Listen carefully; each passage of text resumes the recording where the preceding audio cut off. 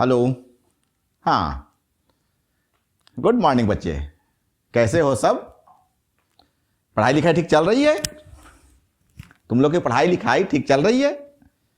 हाँ, जो क्लासेस दिया जा रहा है सब समझ में आ रहा है? सब दिखाई उखाई दे रहा है? कोई दिक्कत नहीं है ना? अच्छा रिस्पॉन्ड कर रहे हो तुम लोग? यस सर, यहां पर सर बहुत अच्छा समझ में आया। अच्छा लगता है जब ये सारी बातें तुम लोग बताते हो, तो मेरे को भी लगता है कि चलो हम सही काम कर रहे हैं। जैसा सेटअप हम लोग का है उसके मुताबिक हम लोग बेस्ट करने का प्रयास कर रहे हैं।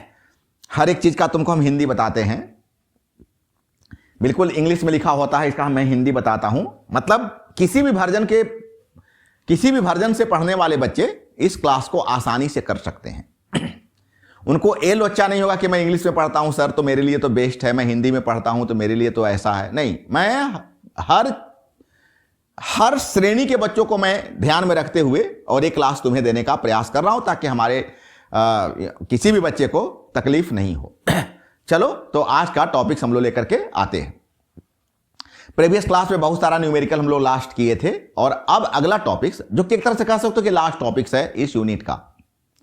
जो यूनिट हम लोग की क्लास चल रही थी, क्लास में ही ऑफलाइन क्लास में हम लोग लगभग इसमें 6-7 क्लास कर चुके थे, 8 क्लास कर चुके थे, और इधर हम लोग का क्लासेस। तो अभी क्या हो गया कि इसमें मैं थोड़े फास्ट लेकर चल रहा हूं ताकि ज्यादा से ज्यादा तुम्हारा जो मटेरियल हो यहां पर तुम्हें मिलने का मतलब जल्दी से कोर्स निकले तुम्हारा। तो आज का जो अपना टॉपिक्स है, चल अपना टॉपिक्स आज हम लोग अब इसके आगे ले चलने का प्रयास करते हैं। तो आज का टॉपिक्स है मोमेंट ऑफ इनर्शिया। बहुत बार तुम लोग को हम चर्चा किए थे इस मोमेंट ऑफ इनर्शिया के बारे में। m.I moment of inertia, Hindi में बोलते हैं जड़त्व आघूर्ण।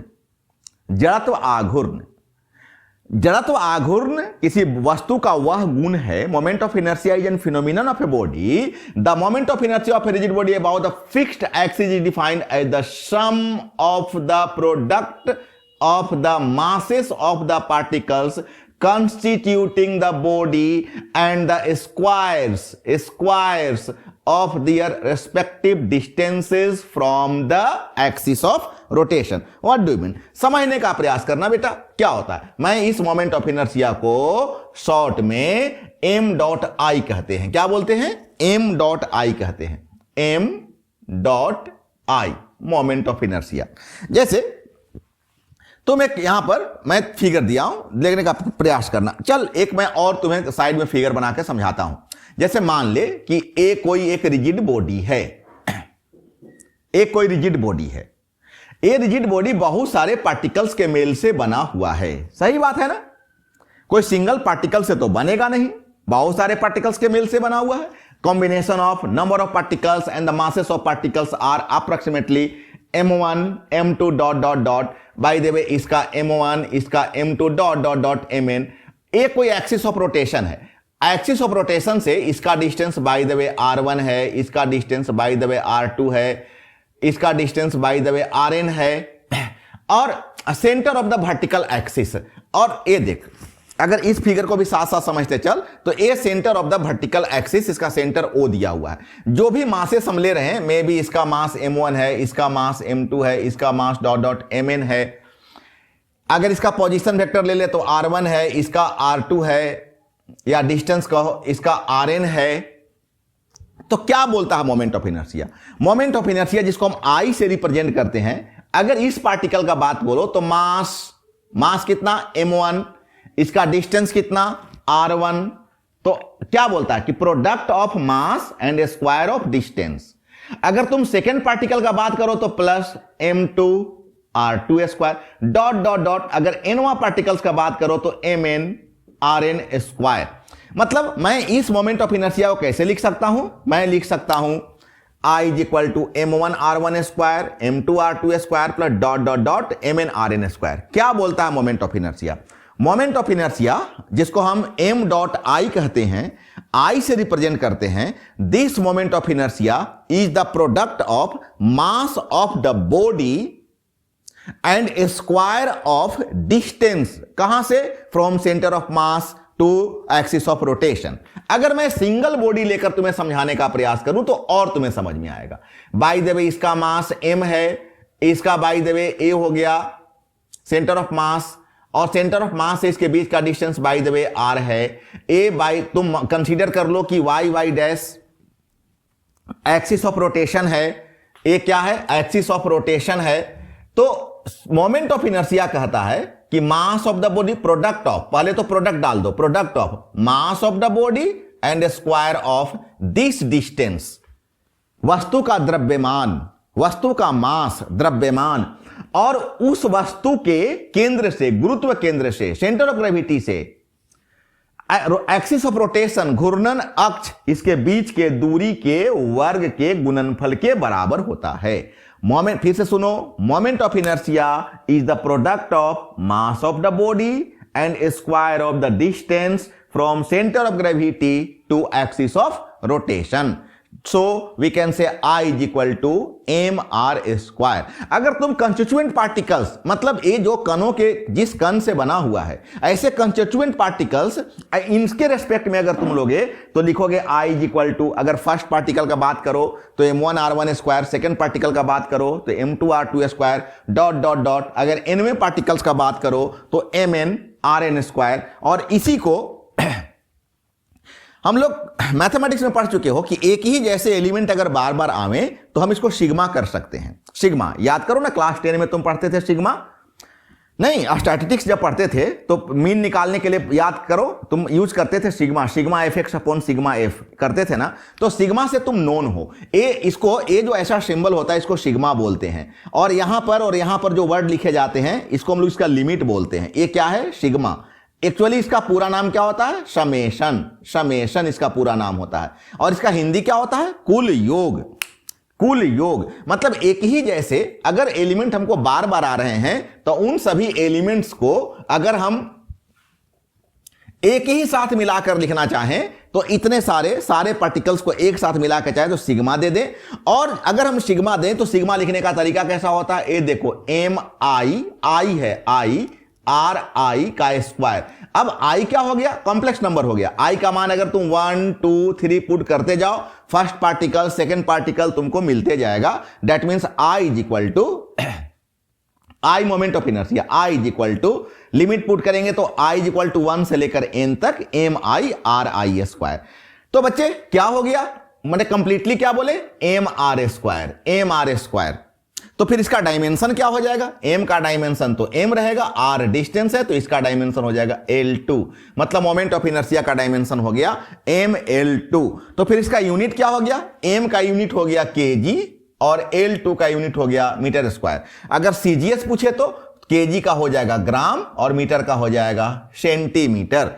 दैट मीन्स इसका CGS यूनिट हो गया ग्राम सेंटीमीटर स्क्वायर। तो उम्मीद करें बच्चे कि आप लोग को मोमेंट ऑफ इनर्शिया अच्छी तरह से समझ में आ गई है।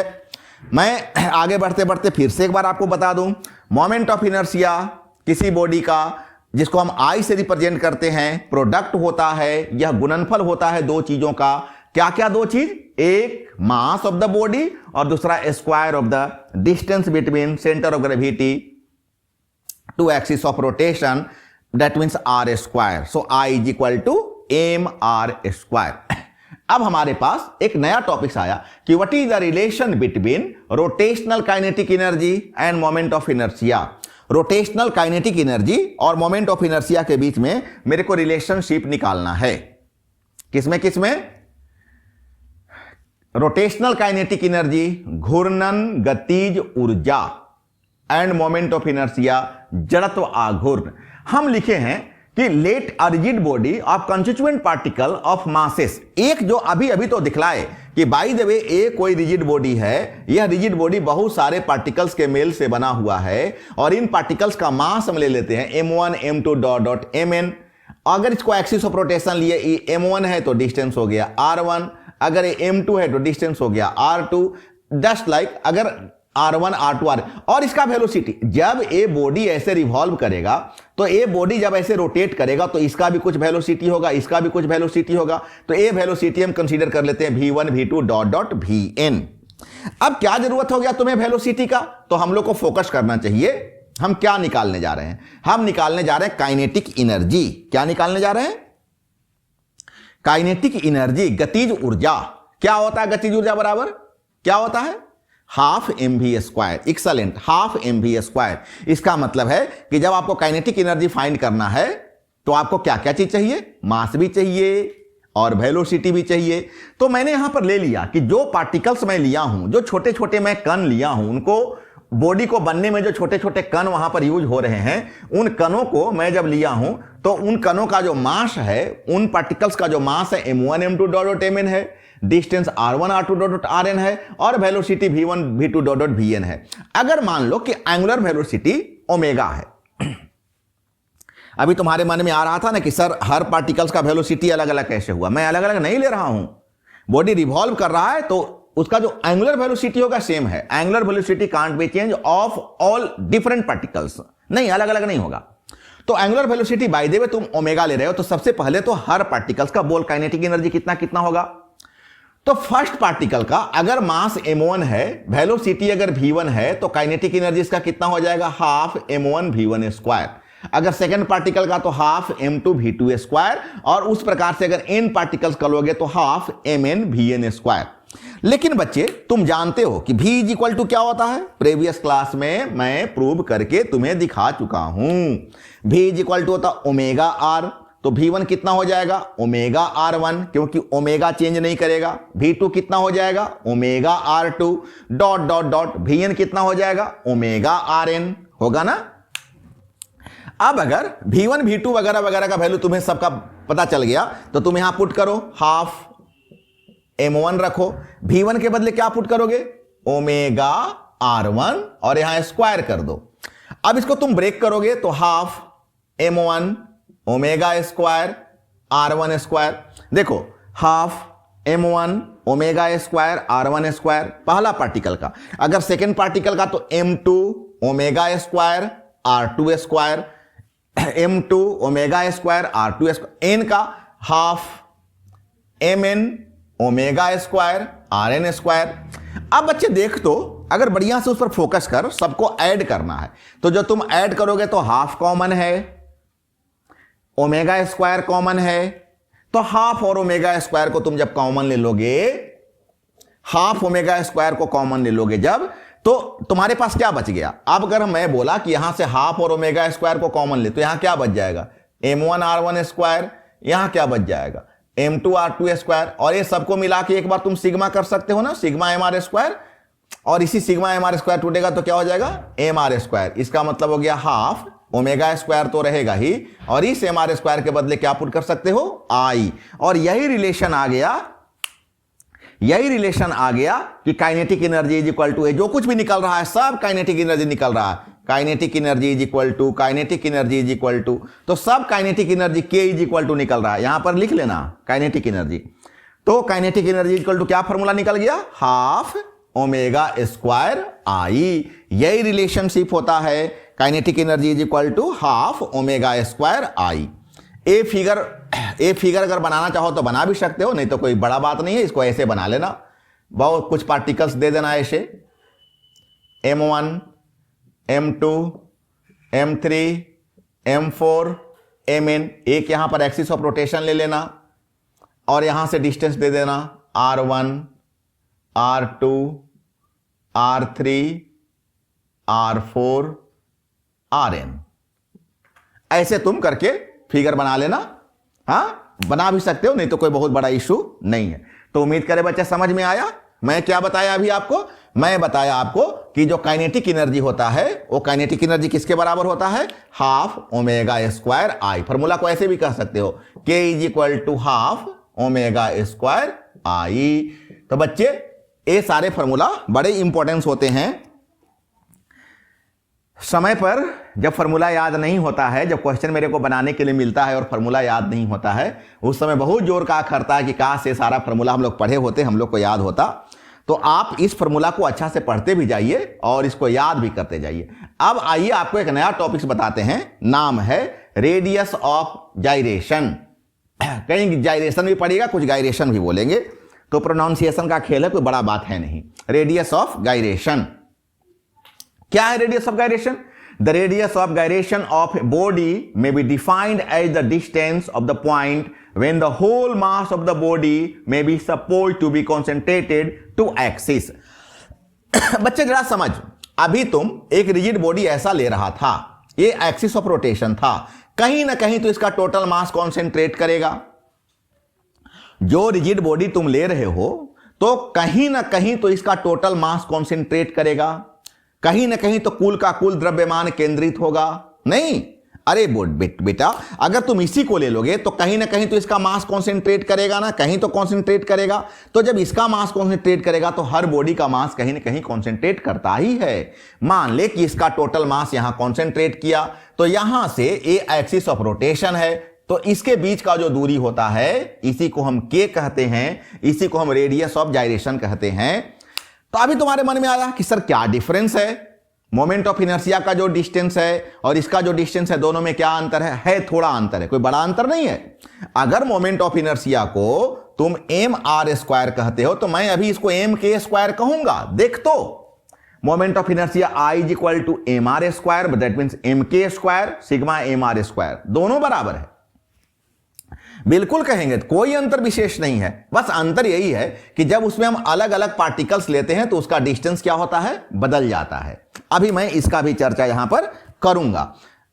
चल, तो इसी के को हम क्या बोलते हैं, इसी के को बोलते हैं रेडियस ऑफ गाइरेशन, मतलब आई is equal to M K square M. अब देख तो इसका सिग्मा अगर तोड़ोगे, यहां देखो यहां एम के 2 जैसा आ गया है, एक्चुअली में ए 2 यहां पर आता, तो ध्यान देना।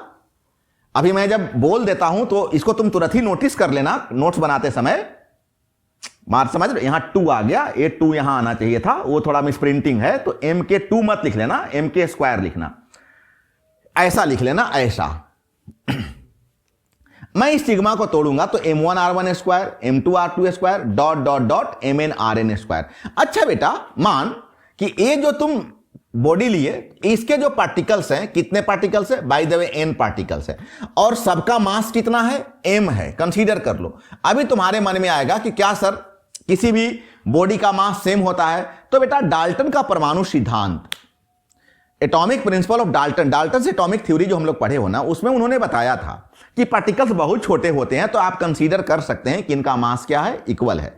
तो हम कंसीडर कर लेते हैं कि जितने भी जो छोटे छोटे पार्टिकल्स हैं, जो स्मॉल कंस्टिट्यूएंट पार्टिकल्स हैं, वो सारे पार्टिकल्स का मास अगर हम सेम मान ले तो, और टोटल मास इसका m ले लो, तो क्या तुम कह सकते हो कि m is equal to m into n। एक पार्टिकल का मास m है और नंबर ऑफ पार्टिकल्स अगर n है तो total m is equal to m into n कह सकते हो ना, कोई दिक्कत नहीं होना चाहिए। तो चल इसको अभी यूज कर, इसी को यूज कर। अभी मैं यही चीज तुमको यहां पर बताने जा रहा हूं। देख, मैं बोला कि इस m को तुम क्या बोलोगे, m इंटू n बोलो। अगर सबका पार्टिकल्स अगर सेम है तो यहां m1 m2 डॉट डॉट क्यों अलग अलग लोगे, नहीं ना लोगे। सारा पार्टिकल अगर सेम है तो यहां भी m ले लो, स्मॉल m, यहां भी स्मॉल m, यहां भी स्मॉल m, उसको कॉमन कर लो तो क्या निकल जाएगा, r1 square r2 square dot dot dot rn square. m cancel, m cancel, m को कैंसल कर दो। m जब कैंसल हो जाएगा, अब n को बाई में ले आओ, k square is equal to r1 square r2 square, और अगर स्क्वायर हटेगा तो रूट हो जाएगा। क्या हो जाएगा, अंडर रूट, पूरे का रूट है, ये पूरे का रूट है, पूरा तुम चाहो तो ऐसे कर लेना, पूरा रूट ऐसे। तो क्या हो गया, k is equal to under root r1 square plus r2 square plus dot dot dot rn square by n, और इसी को हम बोलते हैं रेडियस ऑफ जाइरेशन। अब बच्चे थोड़े से मैं इसको और आगे एक लाइन लिख देता हूं कि hence the radius of gyration of a body about an axis of rotation may be also be defined at the root mean square distance। इस चीज को ध्यान दो, इसको RMS डिस्टेंस क्या बोलेंगे, RMS। R का मतलब हो गया रूट, रूट देखो रूट है, M का मतलब हो गया मीन। मीन कैसे निकलता है, जितना है सबको ऐड करके उतना से डिवाइड कर देंगे, और एस का मतलब हो गया square, root mean square. Root mean इसको आरएमएस वैल्यू बोलते हैं, आरएमएस वैल्यू, डिस्टेंस का आरएमएस वैल्यू बोलते हैं। तो हम लोग आरएमएस वैल्यू से भी इसको डिफाइन करते हैं, इसको आरएमएस वैल्यू से भी हम लोग बताते हैं। अब यहां पर मैं तुम्हें एक छोटा सा फिगर दिया हूं, अगर मन करे तो बना लेना, नहीं तो कोई बहुत बड़ा इशू नहीं है। इसके बाद का जो अपना टॉपिक्स होगा बच्चे, तो हम लोग एक क्लास इसमें और हम लोग टाइम लेंगे। अभी आने वाले क्लासेस में, अभी आज मैं पूरे मोमेंट ऑफ इनर्शिया को फिनिश नहीं कर रहा हूं, एक क्लास इसमें हम लोग और लेंगे। आराम से पढ़ते हैं, ज्यादा हड़बड़ा कर क्लास करने का जरूरत नहीं है। तो अगले क्लास में जब बच्चे आप आओगे ना, तो तुमको मैं मोमेंट ऑफ इनर्शिया का थ्योरम बताऊंगा और ये बताऊंगा कि अलग अलग शेप का अगर बॉडी है तो वो अलग अलग शेप वाले बॉडी का मोमेंट ऑफ इनर्शिया कितना कितना होगा। बच्चे मैं बता दूं कि मोमेंट ऑफ इनर्शिया का जो थ्योरम है उसको डेराइव नहीं करना है, तो फिर भी मैं बता दूंगा, डोंट वरी, मैं बता दूंगा। और जो अलग अलग शेप का जो ज्योमेट्रिकल बॉडी होगा, जो मेंसुरेटिव बॉडी होगा, उस मेंसुरेट जैसे कि रॉड, जैसे कि रिंग, जैसे कि डिस्क, जैसे सिलेंडर, जैसे कोन, जैसे स्फेयर, हेमीस्फेयर, ये सारे चीजों का मोमेंट ऑफ इनर्शिया हम कैसे फाइंड कर सकते हैं, या अगर कैसे फाइंड करेंगे तो एक्चुअली हम लोग का सिलेबस में भी इतना डिटेल नहीं दिया है, तो क्या रिजल्ट आएगा वो मैं तुम्हें वहां पर अच्छे से बताने का प्रयास करूंगा। और मैं ऐसा एक तरह समझ सकते हो कि नेक्स्ट क्लास जो अपना होगा वो इस यूनिट का लास्ट क्लास होगा। तो चलो फिर हम लोग नए क्लास में अपने नए चीजों के साथ फिर से मिलते हैं। सब खूब खुश रहो, खूब बढ़िया से पढ़ते रहो, रिस्पॉन्ड करते रहो। एक बात और है बच्चे, आप बहुत सारे बच्चे रोज के रोज, यार तुम लोग 10 20 50 बच्चे रोज मेरे को नया नया नंबर भेजते रहते हो, sir add me add me add me. तो यार कब तक मैं तुम लोग को ऐड करते रहूंगा, एक मेरे को एक्स्ट्रा ड्यूटी प्लीज मत दे दो। तो तुम लोग ऐसा करो ना कि मैं तो लिंक भेज देता हूं ना। अब जो बच्चे नहीं ऐड हुए हो वो अपने दोस्तों से या कहीं से भी इस लिंक को तुम ले लो और एक बार मेरे चैनल पर आकर के उसको सब्सक्राइब कर लोगे, तो फिर यहां से जो कुछ भी जाएगा, जो भी नया क्लास से जाते रहेगा, एनीथिंग कुछ भी मैसेज जाते रहेगा, तो तुमको खुद ब खुद वहां तुम्हें मिल जाएगा कि सर ने कुछ भेजा है। तो बच्चे ज्यादा से ज्यादा प्रयास करो सेल्फ वर्क करने का, है ना, क्योंकि मेरे को थोड़े पढ़ाने के लिए बहुत सारे काम करने होते, इसके लिए मेरे को टाइम चाहिए, तो मेरे को टाइम दे दो। और चलो कोई नहीं, अगर कुछ नहीं होगा तो फिर तो मैं हूं ना। तो चलो आते हैं नए क्लास में कुछ नए टॉपिक के साथ। Okay, happy day.